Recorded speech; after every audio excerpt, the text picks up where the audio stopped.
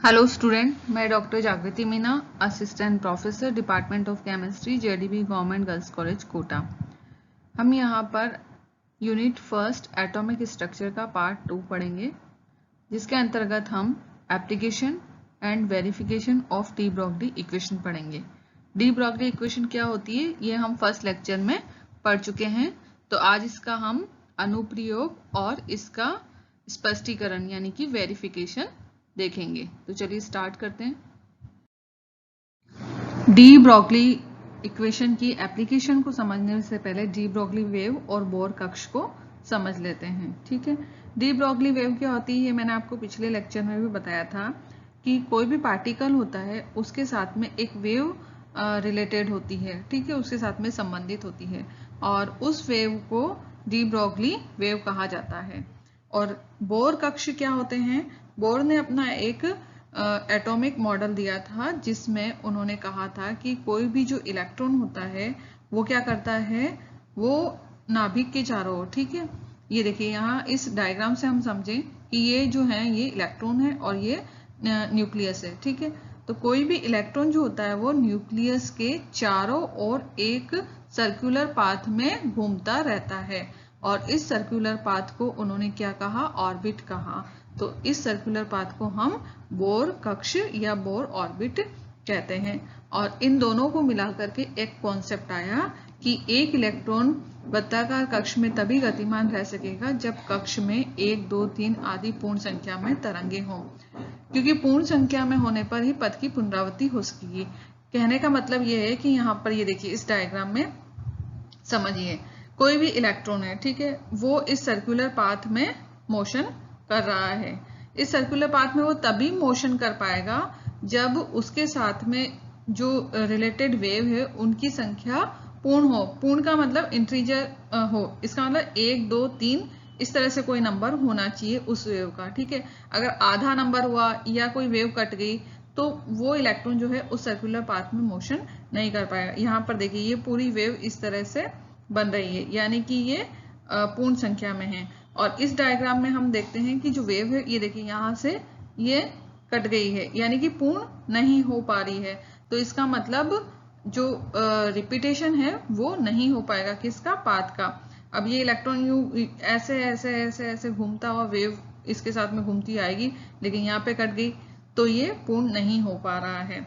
तो ऐसा होने पर क्या होगा कि जो तरंगे हैं वो आपस में एक दूसरे को नष्ट कर देगी और स्टेशनरी वेव जो है उनका अस्तित्व समाप्त हो जाएगा। स्टेशनरी वेव का मतलब ये जो कंटिन्यू वेव चल रही है ये है, इसका जो अस्तित्व है वो समाप्त हो जाएगा। यहाँ पर देखिए कट गई, ये खत्म हो गई। तो इस प्रकार से जो स्टेशनरी वेव है उनके लिए ये कहा गया है कि 2πr = n लैम्डा। यहाँ पर r क्या है, सर्कुलर जो पाथ है या हम जिसे ऑर्बिट कहते हैं उसकी रेडिएशन उसकी रेडियस है। ठीक है, त्रिज्या है। और n क्या है, यहाँ पे पूर्णांक है। अब इस डायग्राम में भी हम देख सकते हैं, ये देखिए 2πr = n lambda. n integer है जिसका नंबर 1, 2, 3, 4 होगा, यानी कि एक वेव होगी या 2 वेव होगी या फिर 3 वेव होगी। ठीक है, पूर्णांक नंबर होना चाहिए वेव का। तो इस तरह का अगर पाथ होगा जिसमें वेव नंबर पूर्णांक होगा तो इसका मतलब वो अलाउ ऑर्बिट कहलाएगा, इसके अंदर इलेक्ट्रॉन मूव कर सकता है। ठीक है, और अगर इस तरह का पाथ होगा, ठीक है, जिसमें इंटीजर नहीं होगा, मतलब पूर्णांक संख्या नहीं होगी किसकी, वेव की, तो इस तरह के सर्कुलर पाथ में जब मोशन करेगा इलेक्ट्रॉन तो वो मोशन पूर्ण नहीं हो पाएगा और इस तरह के ऑर्बिट को फॉरबिडन ऑर्बिट कहते हैं। क्यों, क्योंकि ये डिस्ट्रक्टिव इंटरफेरेंस इसके अंदर होती है और इलेक्ट्रॉन ऐसे पाथ के अंदर मूव नहीं कर पाता है। तो ये तो हुई डी ब्रॉगली वेव और बोर कक्ष का स्पष्टीकरण। Second postulate of bore. Bore ने अपना जो सेकंड पोस्टुलेट दिया था उसको वो खुद प्रूव नहीं कर पाए, इसको एक्सप्लेन या प्रूव किया गया डी ब्रॉगली इक्वेशन द्वारा। तो डी ब्रॉगली इक्वेशन द्वारा बोर के सेकंड पोस्टुलेट को प्रूव करना डी ब्रॉगली इक्वेशन की एक बहुत ही महत्वपूर्ण एप्लीकेशन है। तो सबसे पहले समझ लें कि ये जो बोर है उनका सेकंड पोस्टुलेट क्या है। बोर ने कहा था अपने एटॉमिक मॉडल में कि जो इलेक्ट्रॉन होते हैं वो न्यूक्लियस के चारों ओर एक सर्कुलर पाथ में मोशन करते हैं, और इस सर्कुलर पाथ में वे ही इलेक्ट्रॉन मोशन करते हैं जिनका कोणीय संवेग h/2π हो या उसका पूर्ण गुणज हो। ठीक है, तो ऐसे इलेक्ट्रॉन ही सर्कुलर पाथ में मोशन कर सकेंगे। अब सर्कुलर पाथ को उन्होंने क्या कहा था? ऑर्बिट कहा था, तो हम यहाँ पर सर्कुलर पाथ को ऑर्बिट ही कहेंगे। अब ये जो इलेक्ट्रॉन्स होते हैं ये नाभिक के चारों ओर ऑर्बिट में मोशन करते हैं। ठीक है, तो ये जो पहला ऑर्बिट है n=1, इसमें इलेक्ट्रॉन के साथ में एक वेव जुड़ी होती है। जब इलेक्ट्रॉन मोशन करते हैं तो उसमें कितनी वेव होगी? इसमें होगी एक वेव।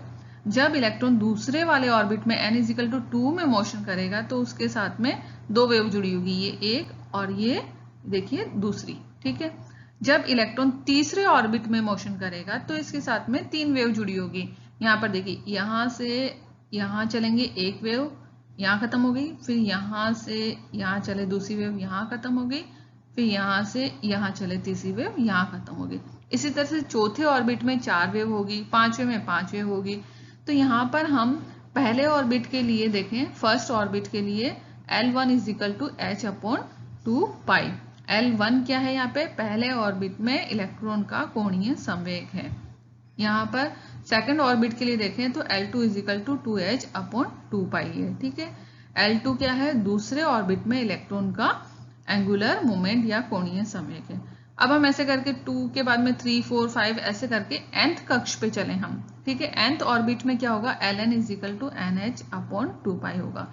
L क्या होता है? L=mvr होता है। तो यहाँ पर हम L की वैल्यू रख देंगे, तो mvnRn=nh/2π हो जाएगा। m क्या है? इलेक्ट्रॉन का मास है, v वेलोसिटी है इलेक्ट्रॉन की, कौन से कक्ष में? n कक्ष में। r क्या है? उस कक्ष की त्रिज्या है। ठीक है, किस कक्ष की? nth कक्ष की। तो इसके लिए जो एंगुलर मोमेंट होगा वो क्या होगा? nh/2π के इक्वल होगा या इसका पूर्ण गुणज होगा।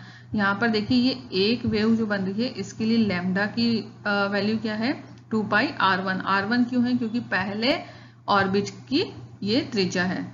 इसी तरह से हम n2 में देखें तो एक और दो वेव बन रही है, तो यहाँ पर जो वेवलेंथ है तरंग दैर्ध्य है वो क्या होगी? 2λ 2=2πr2। यहाँ पे r2 दूसरे ऑर्बिट की त्रिज्या है। इसी तरह से n=3 के लिए यानी तीसरे ऑर्बिट के लिए देखें तो 1, 2 और 3। ठीक है, यहाँ पर 3λ3=2πr3। तो जो बोर का सेकंड पोस्टुलेट है वो क्या है? mvnRn=nh/2π, और इसको एक्सप्लेन या इसको प्रूव किया डी ब्रॉगली इक्वेशन द्वारा। नेक्स्ट है application of de Broglie. De Broglie की एप्लीकेशन क्या है? अभी मैंने आपको बताया था कि जो बोर ने अपना एटॉमिक मॉडल दिया था उसमें उन्होंने कहा था कि जो इलेक्ट्रॉन है वो नाभिक के चारों ओर केवल उन्हीं ऑर्बिट में चक्कर लगाते हैं जिनमें इलेक्ट्रॉन का कोणीय संवेग h/2π हो या उसका पूर्ण गुणज हो, परंतु बोर इसका स्पष्टीकरण नहीं दे पाए। ठीक है, तो फिर क्या हुआ कि जो डी ब्रॉगली समीकरण था उसके अनुसार इस चीज को समझाया गया। किस चीज को? कि इलेक्ट्रॉन केवल उन्हीं वृत्ताकार कक्ष में गति कर सकते हैं जिनमें उनका कोणीय संवेग h/2π हो या गुणज हो। इस चीज को डी ब्रॉगली इक्वेशन द्वारा समझाया गया। अब माना एक इलेक्ट्रॉन नाभिक के चारों ओर वृत्ताकार कक्ष में चक्कर लगा रहा है ना, और इस इलेक्ट्रॉन को एक तरंग माने, तब यह उसी अवस्था में अपने कक्ष में रह सकता है यदि वृत्ताकार पथ की परिधि का मान इलेक्ट्रॉन तरंग की तरंग दैर्ध्य लैम्डा का पूर्ण गुणज हो। अभी मैंने आपको पिछले डायग्राम में बताया था कि जो ऑर्बिट में इलेक्ट्रॉन चक्कर लगाते हैं तो उनके साथ में वेव भी जुड़ी होती है। जैसे n1 है, n=1 है यानी पहला ऑर्बिट है तो उसमें एक वेव बनेगी, तो उसकी जो वेवलेंथ होगी तरंग दैर्ध्य होगी क्या होगी? 2πr के बराबर होगी। ठीक है, उस जो ऑर्बिट है उसकी रेडियस के बराबर होगी। दूसरे कक्ष में अगर हम पहुंचे तो क्या होगा? दूसरे कक्ष में जो दो वेव बनेगी, ठीक है, उनका जो वेवलेंथ है वो क्या होगा? 2πr2 के बराबर होगा। r2 मैंने बताया था कि दूसरे कक्ष की त्रिज्या है, दूसरे नंबर के कक्ष की। तो यहाँ पर माना इलेक्ट्रॉन का वृत्ताकार पथ की त्रिज्या r है, तो उसकी परिधि क्या होगी, उसकी 2 पाई r हो जाएगी। ठीक है, अब वृत्ताकार पथ की परिधि 2 पाई r लिख दी हमने, और is equal to n into electron की तरंग दैर्ध्य। तो तरंग दैर्ध्य को हमने क्या कहा, लैम्डा, तो 2 pi r is equal to n lambda हो जाएगी। ओके, ये n क्यों लिखा हमने, क्योंकि हम nth ऑर्बिटल की बात कर रहे हैं, इसलिए 1 2 3 4 की करते तो यहाँ 1 लिखते, 2 की करते तो यहाँ पर 2 लिखते, 3 की करते तो यहाँ पर हम 3 लिखते। तो यहाँ पर n हमने इसलिए लिखा है क्योंकि हम nth ऑर्बिटल की बात कर रहे हैं। ओके, ये चीज समझ में आ गई। अब है डी ब्रॉगली समीकरण। डी ब्रॉगली समीकरण अभी हमने देखा था कि lambda is equal to H upon M V होता है। तो अब हम क्या करें, 2 pi R equal to lambda की वैल्यू यहाँ से रख दें, किसमें, इसमें, तो यहाँ पे हो जाएगा एन, तो ऐसे कैसे हो जाएगा, लैम्डा की वैल्यू हो जाएगी H upon M V. Okay, अब जो एम वी है इसको क्या करें, हम इसको ले आते हैं हम इधर। ठीक है, तो ये क्या हो जाएगा, एम वी आर हो जाएगा, और 2 पाई को ले जाते हैं हम इधर, तो ये क्या हो जाएगा, N H upon 2 pi. Okay, तो M V is equal to N H upon 2 पाई।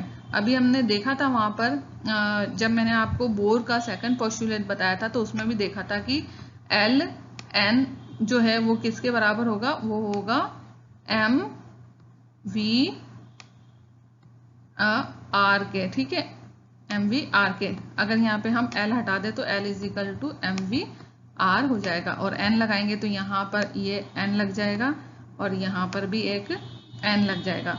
तो हमने उसमें देखा था कि एम जो सेकंड पोस्टुलेट था किसका, बोर का, तो उसमें हमने देखा था कि M V R is equal to N H upon 2 pi होता है। तो यहाँ पे भी देखिए प्रूव हो गया, M V R is equal to N H upon 2 pi है। तो किससे प्रूव हुआ, डी ब्रॉगली इक्वेशन से। यहाँ पर n क्या है, पूर्णांक है, जो कि क्या हो सकता है, n 1 2 3 हो सकता है, कुछ भी नंबर एक पूर्ण नंबर हो सकता है। तो स्पष्ट है कि इलेक्ट्रॉन का जो कोणीय संवेग है mvr वो क्या होता है, h अपॉन 2 पाई का पूर्ण गुणज होता है। तो ये डी ब्रॉगली इक्वेशन द्वारा बिल्कुल प्रूव हो गया। क्या प्रूव हो गया, बोर का सेकंड पोस्टुलेट। नेक्स्ट है verification of de Broglie equation. D Broglie equation का वेरिफिकेशन हम गतिज ऊर्जा की समीकरण द्वारा करेंगे। तो यहाँ पर देखिए, सबसे पहले डी ब्रॉगली इक्वेशन क्या होती है, lambda is equal to H upon M V, और किसी भी पदार्थ के लिए गतिज ऊर्जा का क्या समीकरण होता है, E is equal to half M V square. ये होता है काइनेटिक एनर्जी इक्वेशन। यहाँ पर इस 2 को जो है हम इसके साथ ले आएंगे। ठीक है, तो हो जाएगा 2E equal to M V square. अब इस m को हम इसके नीचे ले आएंगे, तो हो जाएगा 2E upon M is equal to V square. v का स्क्वायर हटाने पर हमारे पास प्राप्त होगा v is equal to under root 2E upon M V, ये प्राप्त होगा। अब ये होगी हमारी समीकरण नंबर 1। अब इस समीकरण नंबर 1 से हम v की वैल्यू, v का मान, यहाँ पर आप मान लिख दीजिए, v का जो मान प्राप्त होगा उसको हम किस में रखेंगे, उसको हम रखेंगे lambda is equal to H upon M V में।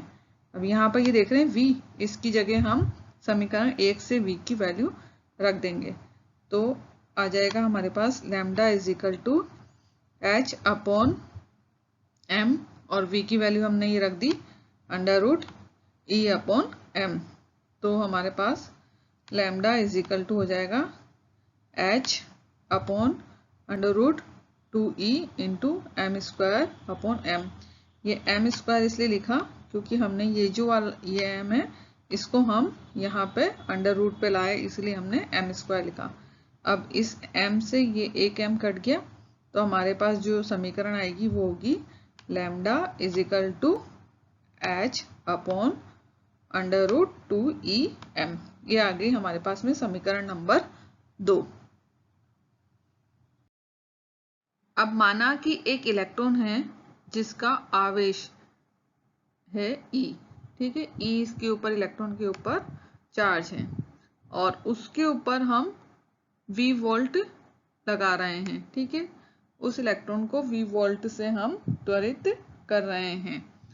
तो हमारे पास जो उसकी एनर्जी होगी वो क्या होगी, E is equal to E into V. यहाँ पर ये स्मॉल e क्या है, ये इलेक्ट्रॉन के ऊपर आवेश है, और ये v जो है वो क्या है, वोल्ट है।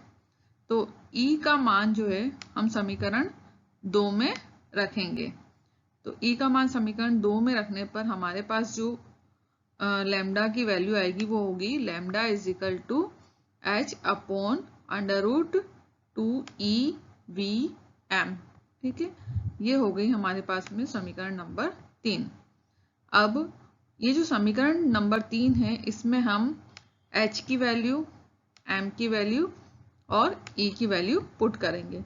यहाँ पर h क्या है, यहाँ पर h है प्लैंक कांस्टेंट, और m है मास ऑफ इलेक्ट्रॉन, और E जो है उसके ऊपर चार्ज है, किसके ऊपर, इलेक्ट्रॉन के ऊपर। तो समीकरण 3 में h, m और E के मान रखने पर lambda is equal to 6.626 into 10 to the power minus 34 under root 2 into 9.1 into 10 to the power minus 31 into 1.6 into 10 to the power minus 19 into V, ये आएगा। तो इसको पूरे को सॉल्व करने के बाद में हमारे पास जो लैम्डा आएगा वो आएगा lambda is equal to 12.26 into 10 to the power minus 10 upon under root V M. ये हमारे पास में लैम्डा की वैल्यू आएगी। अब यदि किसी इलेक्ट्रॉन को 100 वोल्ट के विभव से त्वरित किया जाए, मीन्स उस इलेक्ट्रॉन के ऊपर कितना पोटेंशियल अप्लाई किया जाए, 100 वोल्ट, ठीक है। V की वैल्यू कितनी होगी, 100 वोल्ट। तो हमारे पास जो लैम्डा आया था उसके अंदर हम V की वैल्यू रख देते हैं, lambda is equal to 12.26 into 10 to the power minus 10 upon under root 100। ये 100 क्या है, V है, ठीक है। इसको सॉल्व करने पे कितना आएगा, 1.226 into 10 to the power minus 10 m। हम 10 to the power minus 10 m को एक आर्मस्ट्रॉन्ग बोलते हैं, तो हम इसलिए यहाँ पे आर्मस्ट्रॉन्ग का यूज भी कर सकते हैं। तो लैम्डा इज इक्वल टू क्या हो जाएगा, 1.226 आर्मस्ट्रॉन्ग, ठीक है। अब यदि विभव को 10 वोल्ट से 1000 वोल्ट तक परिवर्तित किया जाए तो इलेक्ट्रॉन की तरंग दैर्ध्य यानी कि उसकी वेवलेंथ लैम्डा का मान 3.877 आर्मस्ट्रॉन्ग से 0.1226 आर्मस्ट्रॉन्ग तक परिवर्तित किया जा सकता है। और हम जानते हैं कि एक्स किरणों की तरंगदैर्ध्य इसी ऑर्डर की होती है, किस ऑर्डर की, 3.877 आर्मस्ट्रॉन्ग से 0.1226 आर्मस्ट्रॉन्ग के बीच की तरंगदैर्ध्य होती है, किसकी, एक्स किरणों की। अब हम एक बात यह भी जानते हैं कि कोई भी जो क्रिस्टलीय ठोस होता है, ठीक है, क्रिस्टलीय सॉलिड जो होता है वो एक्स किरणों के लिए एक डिफ्रैक्शन ग्रेटिंग का काम करता है। अब डी ब्रोगली ने कहा कि जो इलेक्ट्रॉन होते हैं वो ड्यूअल नेचर के होते हैं, ठीक है भाई, ड्यूअल नेचर के होते हैं। तो इसका मतलब यह है कि जो क्रिस्टलीय सॉलिड होते हैं वो एक इलेक्ट्रॉन पुंज के लिए भी डिफ्रैक्शन ग्रेटिंग का काम करेंगे, डिफ्रैक्शन ग्रेटिंग की तरह ही व्यवहार करेंगे। जैसा कि वो एक्स किरणों के लिए करते हैं वैसे ही इलेक्ट्रॉन पुंज के लिए उन्हें करना चाहिए। अतः इस सिद्धांत को आधार बनाकर डेविसन और जर्मन द्वारा एक विधि दी गई जिसमें डी ब्रोगली सिद्धांत का सत्यापन किया गया, और इस प्रकार से डी ब्रोगली इक्वेशन का वेरिफिकेशन हो गया। तो आपको क्लियर हो गया होगा application of de Broglie equation and verification of de Broglie equation, ये अच्छे से आपको क्लियर हो गई होगी। नेक्स्ट लेक्चर में हम पढ़ेंगे uncertainty principle of Heisenberg, Heisenberg का अनिश्चितता का सिद्धांत। Thank you.